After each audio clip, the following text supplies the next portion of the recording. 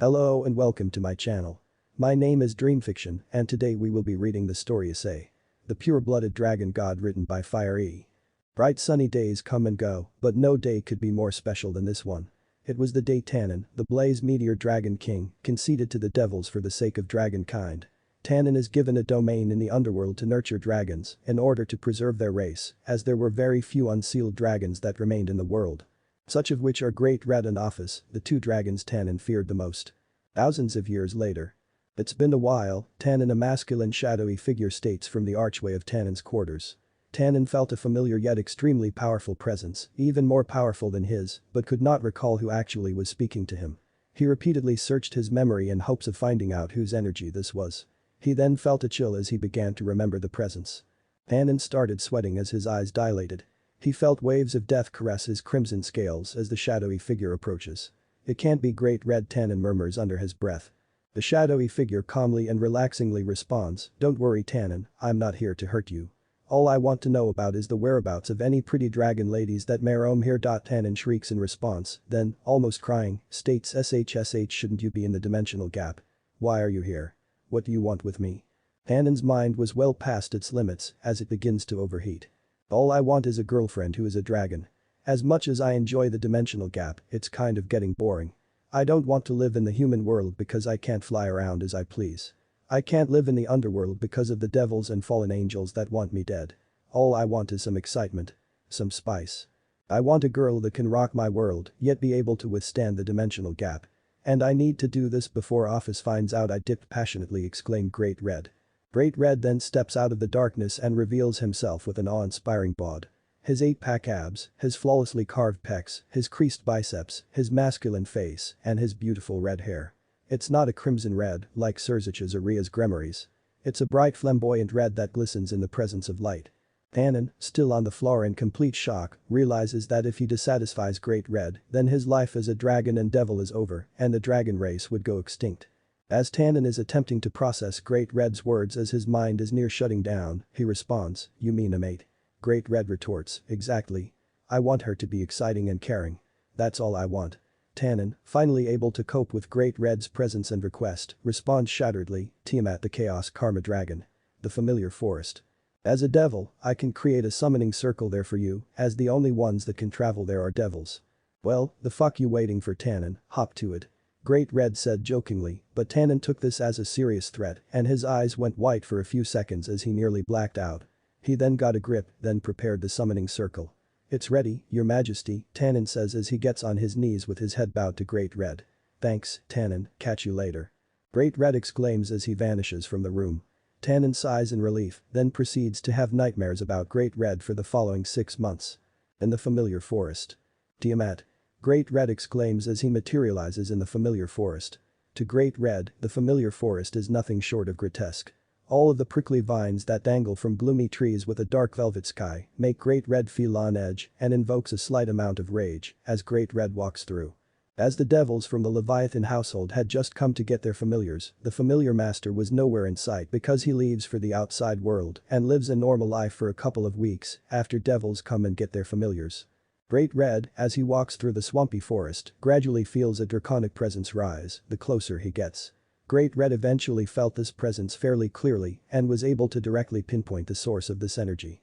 Great Red was sure it was Tiamat. He then sprouts 10 draconic wings with glistening scarlet wing frames and deep metallic gray wings. Great Red kicks off the ground with force that shattered the floor under him and left a shockwave that knocked some of the trees surrounding him down. Moving faster than the eye could see, he appears in front of a large cave and feels 2 presences. One of them felt like Tiamat, but one was on a whole other level. He then realized who it was and how he was unable to sense it. High-level dragons that want to be secretive are able to hide their presences completely. This is something Great Red, Tiamat, Office, Drake, Albion, and Vitra could do. Due to it being Great Red and his apt abilities of power control, he was able to sense these hidden energies at close proximities. All dragons other than Great Red and Office had similar presences, so Great Red immediately knew who it was. It was Office, the infinite dragon god. Great Red, acting similar to how Tannin was shaken. Why was the other strongest being in the history of existence with the girl he wished to see? Inside the cave. Great Red is funny, isn't he? "I don't know why he's here, but it seems he forgot how to control his presence," said a white, seductive temptress with blue puckered lips and light blonde hair with blue highlights. She was stunningly beautiful, both in her style and her body. She had extremely large voluptuous breasts and a slim waist. She was about 5'9", putting her almost a foot under Great Red, who was 6'7". "Bakas will always be bakas," said a short black-haired woman with stunning breasts and cute magic girl style, similar to that of the head of the Leviathan house, Seraphol Leviathan. The only difference is that this girl's breasts were completely exposed, only covered by excess drawn with black tape over each of her breasts. Back to Great Red. After gathering courage, he enters the cave as he felt that the energy emitted by Office and Tiamat were harmless and laced with no intention to fight. Great Red proceeds to say, "Office, Tiamat, what are you two doing conversing together?" "Office, the black-haired beauty," responds Baka Red, "I came here simply to learn about the art of making children. Surely a pervert like you wouldn't understand." "Pervert!" Great Red roars as Tiamat, the large-bosomed seductress, begins to laugh. Great Red's power became pure and volatile, therefore, extremely destructive. The ground below Great Red shattered as the debris began to rise. An ethereal yet horrifying and terrorizing deep crimson aura emerged from Great Red. Great Red, face covered by his hair, slowly glanced up and murmured, "Say that shit to me again, Office." Great Red was able to condense his power as soon as it erupted to prevent high-ranking supernatural forces from sensing it. "You really are Baka Red. I said that because I'm trying to be familiar with you. Tiamat told me that men and women were created to make children. Even though we are genderless dragons, we both chose representative genders and should make the strongest child. Oh yeah, that doesn't mean I'm giving up the dimensional gap." Great Red's power dropped to near zero as his the only thought that ran through his mind was, what the actual fuck. Great Red came here for Tiamat, but Office offered herself to him instead. The other most powerful existence. Why? Is this the real Office? Great Red could sense the distinct power of Office, so he knew for a fact it was her. Great Red's mind was internally combusted as he had always secretly wished for Office to be his mate. Tiamat snickered at Great Red's flustered red face that almost matched his hair color. Tiamat then opened a summoning circle and transported Office and Great Red to the dimensional gap. In the dimensional gap. "Oh Office. I didn't know that's how you felt. I, secretly, have always envied your body and you as a person. It's unfortunate that you came to hate me, but I am extremely delighted now. I love you," Office Great Red courageously admits. "Don't get me wrong, Baka. All I want is to have children with you. I am infinite and thus have no feelings, and even if I did, I wouldn't date you in 1,000 years," Office grinningly retorts. "Well, we'll see in 1,000 years," responded Great Red. "So about that baby. Baka. I told you. We're making a child. Do you have any objections? If you'd like, we could have a contest of power," sarcastically replied Office. Between his hair and his blush, Great Red's face was completely red. Great Red is regularly a cheerful, carefree character, yet here we see him, not only embarrassed but showing affection and desire. Not only does he desire Office's unmatched body, but he had secretly desired kids and to continue his bloodline. After wiping his pathetic blush from his face, he let out a smirk and declared, "No objections at all, and please, I do not want to fight you. So, when are we making this hatchling?" "Right now," Office replied with pure intention. For the first time in his existence, Great Red got a nosebleed. Not a big one, just a bit of red coming out of his nose. His cheeks, which had just recovered from Office's earlier remarks, have been reimbursed in a flash of red, as well as Great Red's eyes becoming wide. Office looked confusingly at this, but Great Red wiped it off and the normal conversation continued. "Well, take off your clothes if we're going to just jump into this," Great Red eagerly exclaimed with passion emitting from his eyes. Great Red was a rather lustful fellow for someone who spent his time alone, but this rationalized the reason why he was looking for a mate in the first place and also explained his earlier rage when he was called a pervert. "Alright," Office replies, completely unfazed by Great Red's remarks. She starts with her shirt as it is not strapped on or buttoned up due to her exposed breasts. Great Red's face became a lustful one as his dragon instincts began to take over. Had the lady undressing in front of him not been Office, one of the two most powerful beings in existence, he would have already been inside her. Office, by the time Great Red finished with his daydream, removed her shirt completely, leaving her bountiful exposed breasts with black tape covering the nipples. These breasts were none like Great Red had ever seen. Great Red is told to be one of the longest living beings in the supernatural world, yet he had never, in his millions of years of existence and supremacy, had seen breasts as perfect as these. She had large buxom curvaceous breasts with light pink petite nipples peeking through the black tape that was covering them. As Great Red's hands start to sweat and his fingers begin to twitch, Office stares at him awkwardly and commandingly asks, "Why are you not taking off your clothes? We are going to be having sex, right?" Great Red's main magic affinity is fire, so he just burns his clothes off instantaneously. Great Red lends a cocky smirk, but Office, unfazed by this, just gives him an empty stare as she removes her skirt. At this point, Great Red was going internally crazy as he remained silent. Office threw her skirt and her jacket into the dimensional void, just for the sake of not having to keep track of it. After all, Great Red and Office can just generate clothes out of thin air. Great Red, whose skin was boiling at the sight of Office, begins to itch as Office slightly hesitates to remove her underwear. With Office's glistening thighs being shown and the folds of Office's womanhood beginning to protrude from her black lingerie, she starts to pull off the panties down in a slow and steady motion. Great Red can't stand it anymore. He's covered in sweat, standing there naked with his 8.5-inch shaft protruding into the depths of the dimensional gap and is fighting his instincts to ravage Office. He just can't take it. Faster than visible, Great Red instantaneously appears in front of Office, who was at least 10 feet away from him, and proceeds to rip off her panties and burn them to a crisp. Teasing little bitch, you're lucky you're about to experience heaven, Great Red growls at Office. Office, for some reason, completely unfazed by this, does absolutely nothing because she knows the only way Great Red will make a kid is if he's in control. As Great Red begins to ravage Office, starting with her womanhood, surprisingly, Office's hymen shattered. Great Red was slightly confused as he thought that a being that lived as long as she wouldn't be a virgin. Office, somehow unfazed by this, said in her usual, monotone voice, raise your fertility level to 100%. I only plan on going one round with you. Without any visual or auditory response, Great Red raised his fertility level to guarantee the chance of a baby being born. Speeding up, Great Red begins to viciously pound Office. His eyes, completely snapped open with visible blood vessels that seemed to poke out, stared into Office's soulless grey eyes and whispers, you enjoy this? Office just blinked twice, almost as if she had spaced off entirely, but she heard everything Great Red had said. At this point, Great Red was only getting started Office's goddess-like body. Office begins to tense as she climaxes, but lends no visual reaction. It's quite strange that Office is able to climax without showing any facial signs of arousal. Great Red let out a quiet moan, but began pounding even faster. Pound after pound, gasp after gasp, Great Red is finally near climax. Great Red reaches his climax and makes Office his. Unlike usual, instead of his solution being an average chrome color, the solution was completely white. This is because of the increased fertility level. With Great Red slowly pulling out, Office, expressionlessly and boringly states, we have to live with each other for 9 months while we wait for our hatchling to be born. Seriously, Great Red, with a furious yet somewhat guilty face exclaimed, even though he secretly wanted to live with Office and get her to love him. Great Red was still confused by this, as he had never believed that Office not only would willingly make kids with him, but live with him for 9 whole long months. Time skip 9 months. Great Red and Office begin to get along much better. Office shows slightly more emotion when conversing with Great Red, but shows an elegant, loving expression when she looks down at her child beneath her skin. This initially shocked Great Red, as Office would blush whenever he would notice.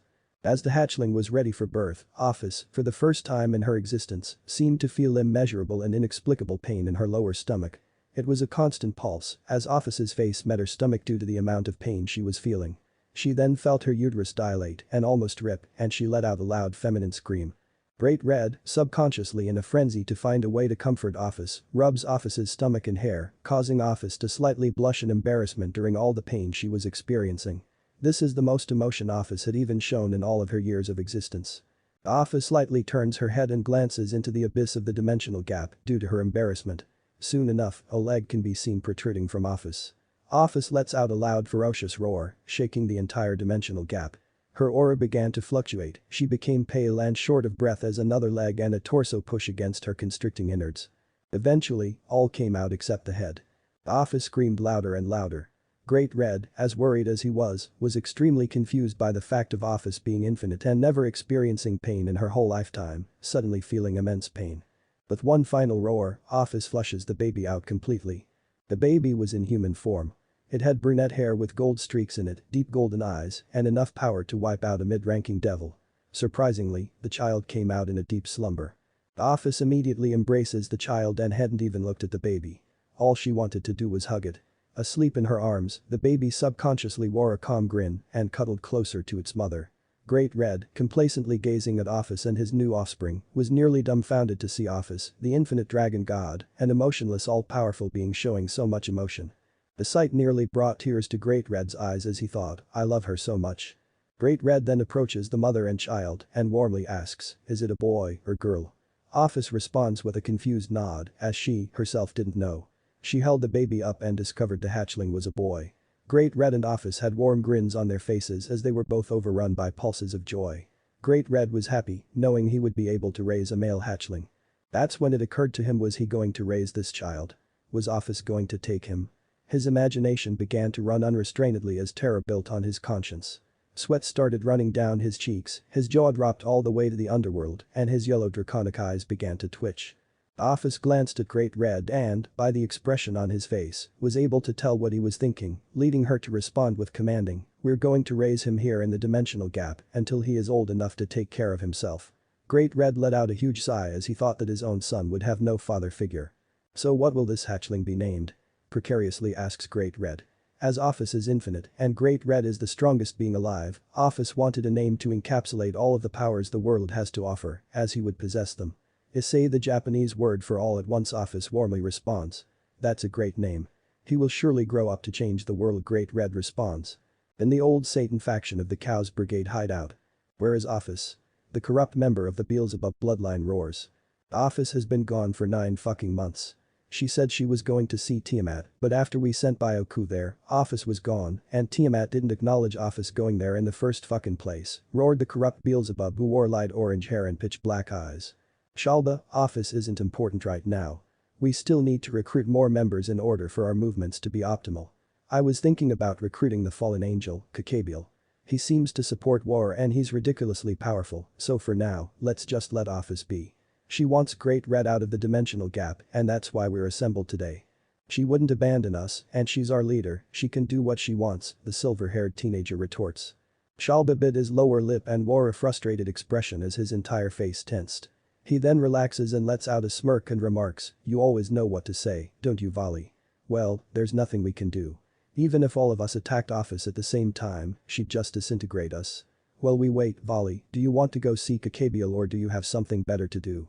I asked you to do it because I actually do have something better to do. I sense that the red dragon has been reincarnated somewhere in Europe. I'm just going to go check him out. Of course, I wouldn't kill a child, Vali responds. Take me with Unaya. I've always wanted to have kids with a dragon. Maybe this kid will grow up to be worth my time, a slender feminine figure states as she emerges from the dimly lit portion of the hideout. The feminine figure was nearly as hot as Office. Between her full blossoms aftig chest protruding from her sexy black kimono, her long, silky black hair, her black cat ears and tails, and her glistening yellow cat eyes, she was a true beauty. Looking at children as sexual partners. You have some problems, Kuroka, Vali retorted as he snickered at Kuroka's blushed face. Kuroka didn't try to defend herself as she was desperate to make a child with a dragon before the race went extinct. Vali would always reject her in a harsh manner, so she's given up on him. Vali and Kuroka then vanish to Britain, and Shalba stares out of the window and thinks, I'm getting a bad feeling about this. Time skip 5 years, the dimensional gap. Our Issei really has grown up, hasn't he? Office Great Red warmly states with a calm smile. Yeah, our little boy has sprouted wings, learned how to control his energy, speak decent English, and properly fight at the age of 5. He really is his father's son, Office said warmly. Great Red is now used to Office showing emotions, as he had lived with her for years. I am too, Office. There's no question he will become stronger than you and I, but that leaves one final question, what is his trait? Great Red curiously asks. Trait. Office responds, not knowing what Great Red means. Well, I am the dragon of dreams, you are the dragon of infinity, what is he? Great Red responds, praying that Office would have an idea. No idea. As all dragons are filled with emotion, excluding me, there likely needs to be some sort of drastic emotional catalyst, Office retorts with a dull glint of worry in her eyes. She knew that Issei would have to go through a horrid experience in exchange for power, and this nearly brought her tears. Well, nothing we can do for now, except train him, Great Red responds, quenching the worry on Office's face. Office and Great Red turn with a warm expression to see Issei flying in circles, just playing around. Issei's flight began to slow down as he became more and more exhausted. He then comes to a complete stop and begins to pant.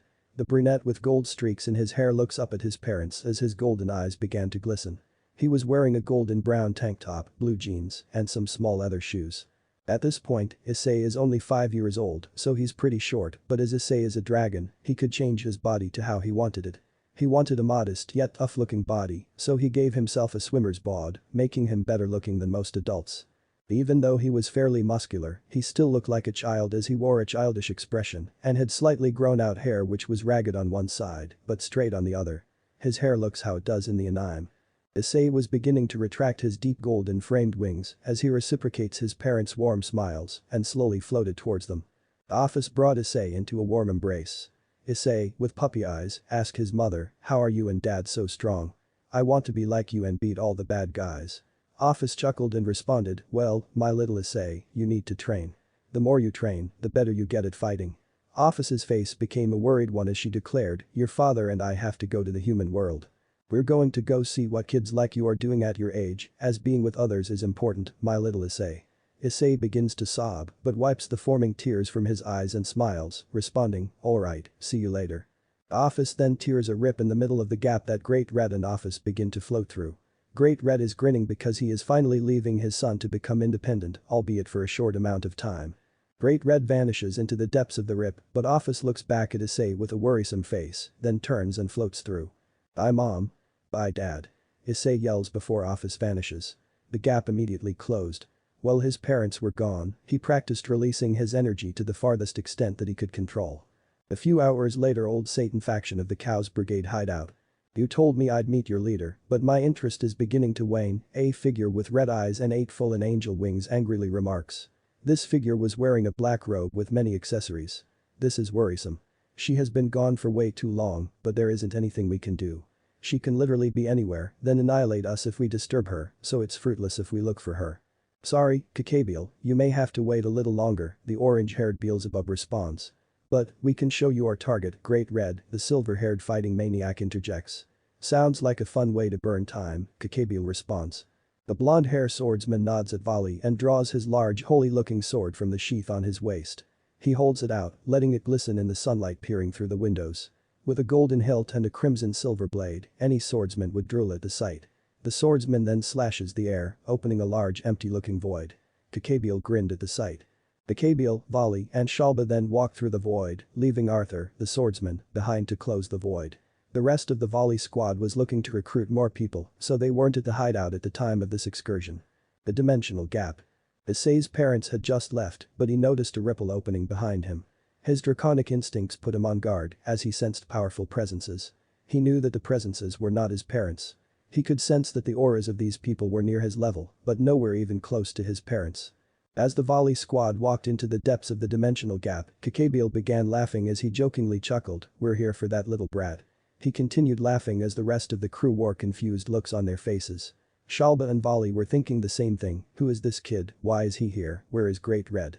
Issei, who was suppressing his power, let out a large-sized burst of aura, causing Kakabiel to stop laughing as the power emanating from Issei exceeded his own.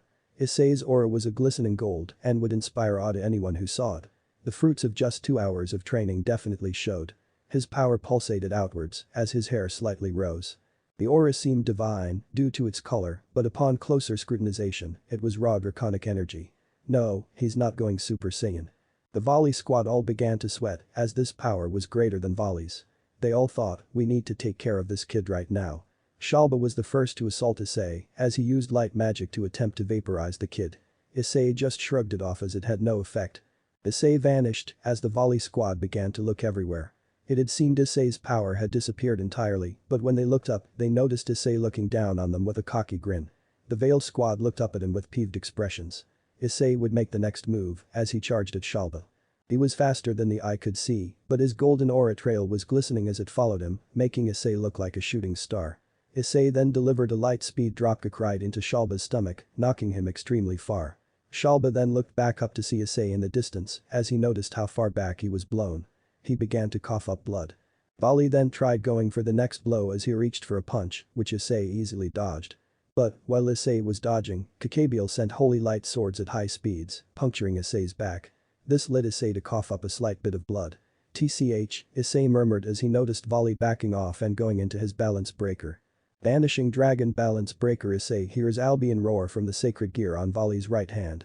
He is then confronted by a mech-looking dragon form. All Volley knew was that he needed to land one blow on Issei, and it was over as he could just drain all of Issei's power.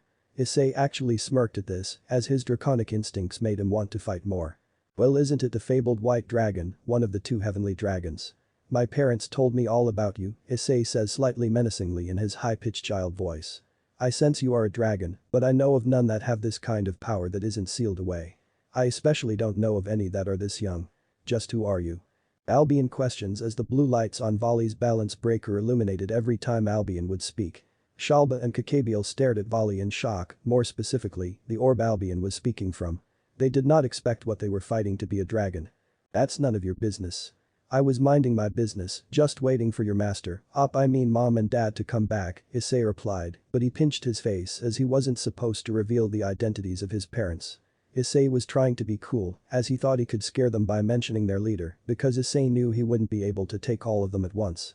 This was a massive blunder, and it was all due to Issei's proud personality. Bakabiel caught his slip-up and began to stutter in fear. He then worriedly shouted, "You were going to say Office the leader of the Cows Brigade. She's your mother Shalba," and Volley didn't process this at first.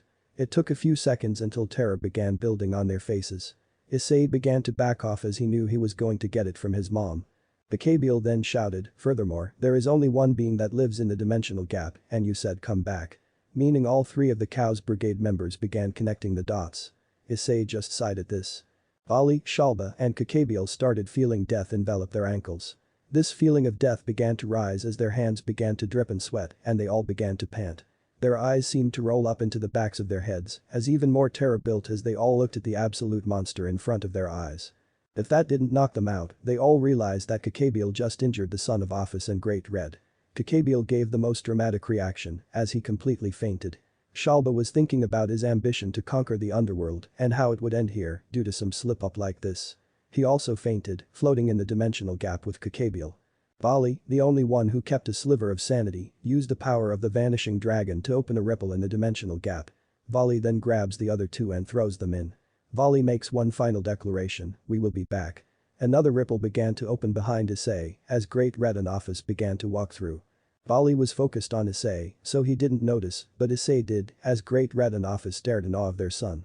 They saw his beautiful aura and dominant presence, and they just stood there with their eyes widened. As Volley began to go through the ripple back to his base, Issei wanted to get one final blow in, hopefully driving Cows Brigade off for good. As he was above Volley, he made the same move he did against Shalba, but this time, sprouting his wings for additional speed. Issei launched himself at Volley, accelerating until he nearly reached the speed of light. With a huge trail of gold aura following him and with his wings sprouted, in a childish yet draconic voice, he roared, "Shooting star," as he plunged his right foot into Volley's stomach. Within a fraction of a second, Volley's eyes went completely white, his arms and legs extended, and his mouth was pried open, as he wasn't able to close it. Volley was then shot at blinding speeds into the ripple behind him. The shockwave of Issei's attack even forced Great Red and Office to cover their eyes a bit. Both ripples closed as Issei began coughing up blood. Great Red had a proud grin on his face, while Office was rushing over as fast as possible, with tears flooding down her cheeks. Issei then passed out, only to be caught by Office who brought him into a warm embrace. Office was sniffling with streams of tears soaking Issei's chin. Issei was in pretty bad shape due to Kakabiel's spears that pierced his back. "My son, I'm so sorry," Office cried into Issei as she buried her face in Issei's chest. "My son? That was beyond incredible. The power you just displayed went well beyond that of the leaders of the underworld. You are only 5 years old and you are within the top 20 strongest beings in the world. You are truly remarkable, and I don't think it's a stretch to say you will become the strongest being in existence," Great Red stated with a proud yet subtly warm expression on his face. "Why did this have to happen to my Issei? He's just a boy and he's already fighting for his life. What kind of world is this?" Office roared with tears streaming down her face. "I think it's time we let Issei go to the real world. He's not safe here anymore. The Cows Brigade will surely come back and find some way to kill Issei," Great Red reasonably argued in an attempt to comfort Office. "You can't mean no." "I object. He's my Issei." I Office cried out as she began to squeeze the passed out Issei. "I mean exactly what you think. Issei is capable of hiding his presence and he is extremely strong. Did you see what he did to the White Dragon Emperor? He can definitely fight some of the strongest beings without difficulty. It's just numbers that are the problem. Furthermore, if we just shelter Issei, what kind of dragon will he become? The dragon of babies." Great Red continued to argue as his soothing voice began to morph into a ferocious roar. Great Red was extremely concerned about his son too, as he didn't want anything to happen to him. But, he also believed that Issei would be weak if he didn't live a normal life. Office blatantly rejected the notion of sending her son away, but she knew that if she didn't, he could end up dead. The thought of that nearly made her freeze. The office continued to sulk, wanting to do something for her little Issei. She seemed to be as still as a statue while hugging Issei, aside from the tears flooding down her cheeks, dripping out into the vacuum of the dimensional gap. Goodbye my son. This was the last time Office would feel emotion for a long time. In a short bit, she would revert back to being the feelingless dragon of infinity that inspired fear into people's hearts, but Office didn't want that. Issei was the first thing that she felt she wanted to protect, but she knew that the more she loved him, the more she had to let him go.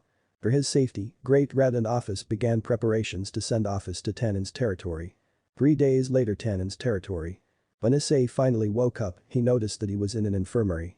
He looked around to see 2 clear plastic tubes stretching over behind him, where he noticed that were connected to the wounds he had received from Kakabiel. Although dragons can regenerate nearly any wound within a fraction of a second, Issei was only 5 years old and has not learned to channel his energy for regeneration. Issei then got up and ripped out the tubes. Ah, the lady standing next to the doorway yelled. She was in a white and red nurse outfit and had a brunette ponytail. She wore a hat that had a red cross on the front. She also housed quite a well-endowed chest. If anyone was going to nurse him back to health, he would want this lady to do it. Why would you just rip it out like that? The wound could have easily reopened and you would have died. You're the most stupid fucking kid I've ever had the discourtesy of meeting. The infirmary worker yelled. Yeah, I take that back, Issei thought to himself. Well anyway, what happened after I gave out? The 5-year-old boy asked, wishing to be spared from further verbal abuse. Well, we found a summoning circle in the main entrance and an injured boy coughing up blood appeared. There was a note attached to you as well. It had a seal and the front was red, for Tannin. Tannin, oh yeah, that's the blazed dragon guy mom told me about. The last thing I remember is being in my mom's arms as she was crying, Issei somberly recalled. You will probably have to see for yourself, the buxom nurse responded. Well, I'm out of here. It hurts really bad, but I don't have a choice. I miss my parents though, speaking of which, where are my parents? Issei asked as he looked out of the open window to his left. When he looked out the window, it hit him. He was in the real world. Like, it wasn't just a void. It was real. Issei then immediately passed out due to this realization. Issei had never been in the real world in his 5 years of existence. The beauty of the velvety purple sky, the mountain ranges along with the rivers that raced through the lands, and the natural smell that protruded through the window completely removed Issei from the world, as if he had experienced heaven. About 2 hours later, Issei woke up in his nursing bed to the nurse sitting next to him. Issei's mind felt sluggish due to the lingering effects of the shock Issei had experienced. Issei rubbed his eyes and rose from his bed, sitting straight up. Seriously. Don't rip out anything in you unless you have approval. Just for next time, the nurse worriedly remarked. She wasn't too concerned because his vitals were fine as soon as he dropped.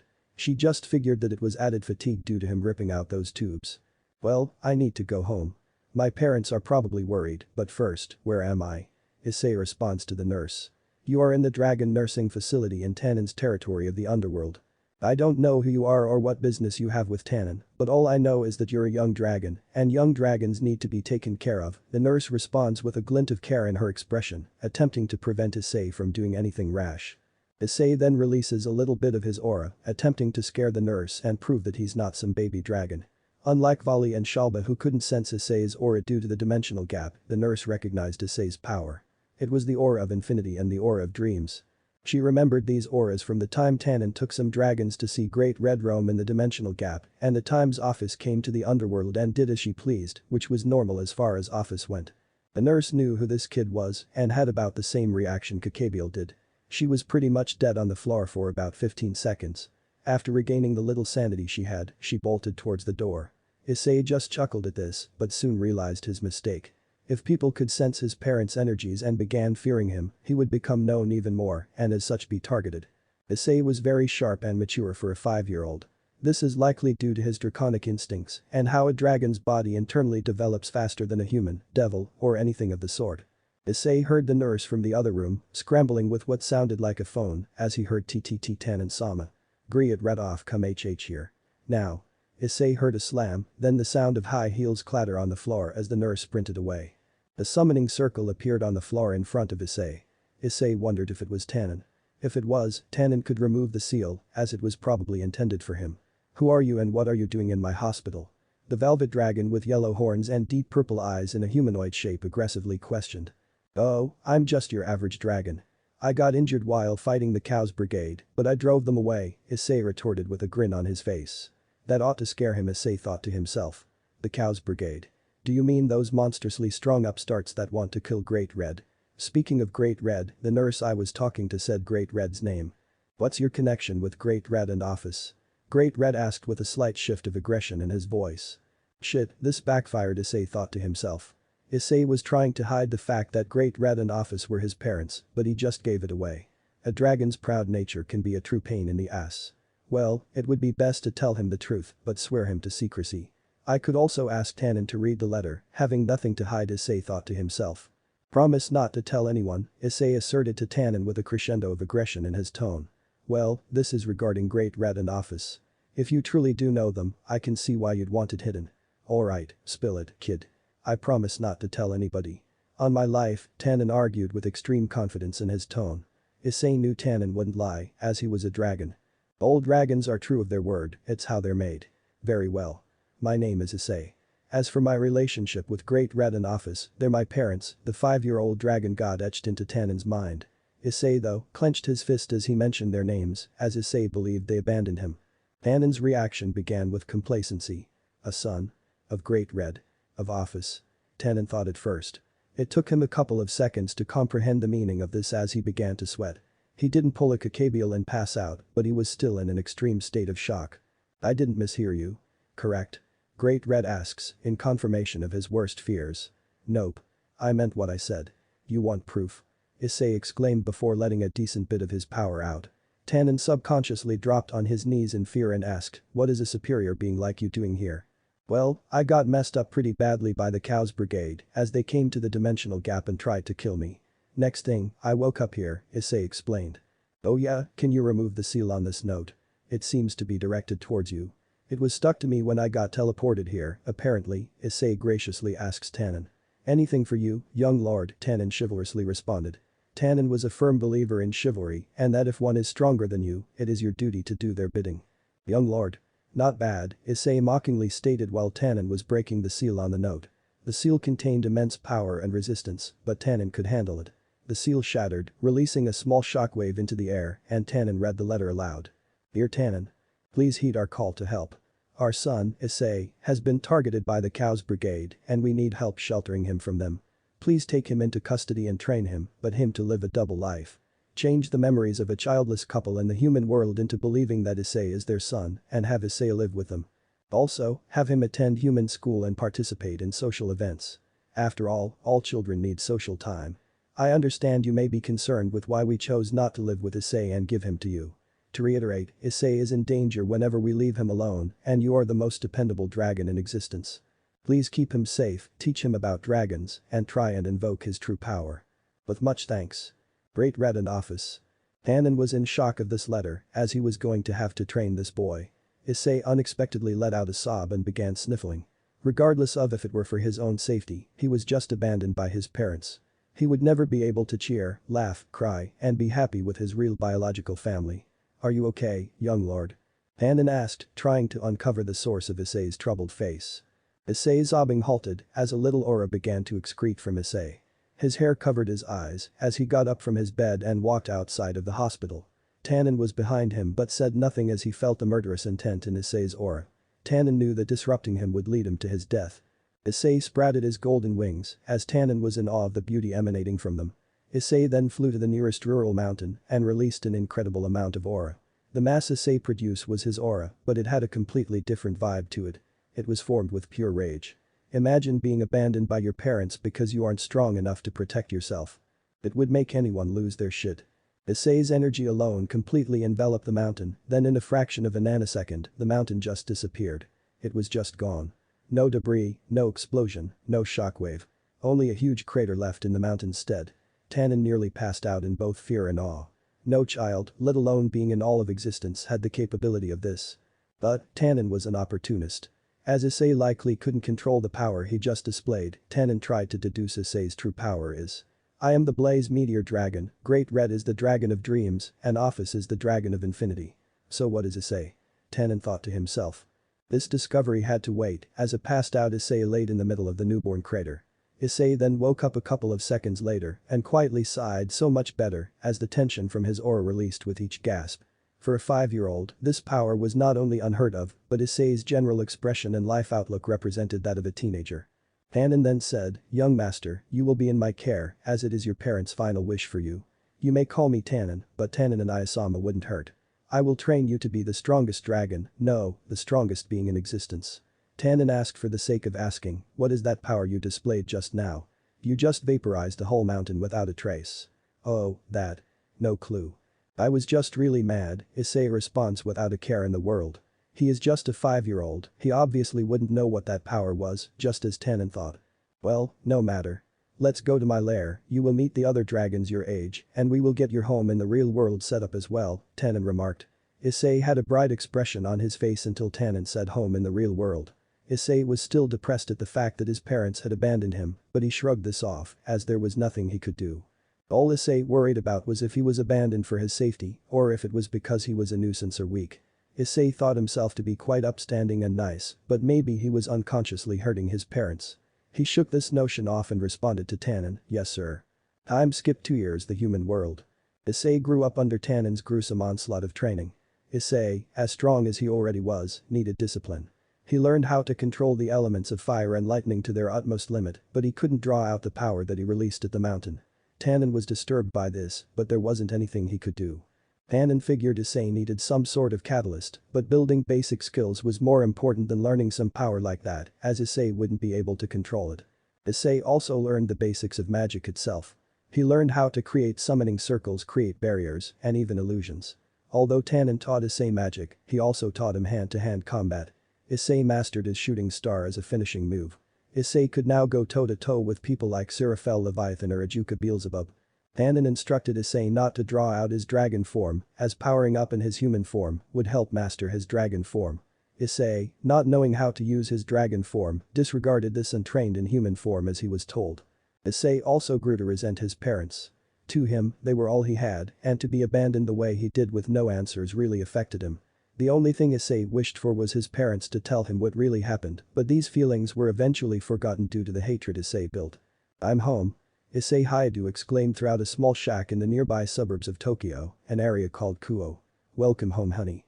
A brunette lady with a brown ponytail and a stripped periwinkle sweater with black jeans exclaimed in response. This lady was Issei's human world mother. Issei's new last name was Haidu, making Issei's name, Issei Haidu. Issei sat down on an ebony-legged white leather-padded dinette chair with his new parents at a dry brown circular wooden dinette table. By this point, Issei was 7 years old and had stowed away memories of his biological parents in the back of his mind as he grew to further resent them. Issei then dug his teeth into some fresh Japanese curry his new mother had prepared him. Contrary to his thoughts, he enjoyed his new family more than he thought. He reverted the memories of his new parents back to what they were prior to Tannin, altering them to have Issei seem to be with them since birth. He then changed their memories to make it seem as if they adopted Issei, so Issei would feel their bond is real and not forged. Issei's new father walked down the stairs, clad in a white sweater, black jeans, slicked back black hair, and had a bunch of wisdom hairs glistening through the pitch darkness. He said, "Hey Issei. Welcome home." Issei felt nothing but love for his new parents.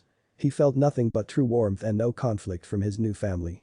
Issei had been living with his new family for about 6 months due to his training with Tannin. Part of Issei's training was to live independently off the land. He made his own food, shelter, and did whatever he wanted, aside from meeting with Tannin for long hours each day for rigorous training.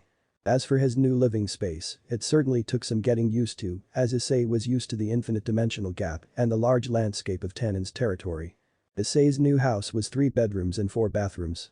He lived upstairs in the room across from his parents. He had his own bathroom and walk-in closet, but his room felt extremely claustrophobic for him.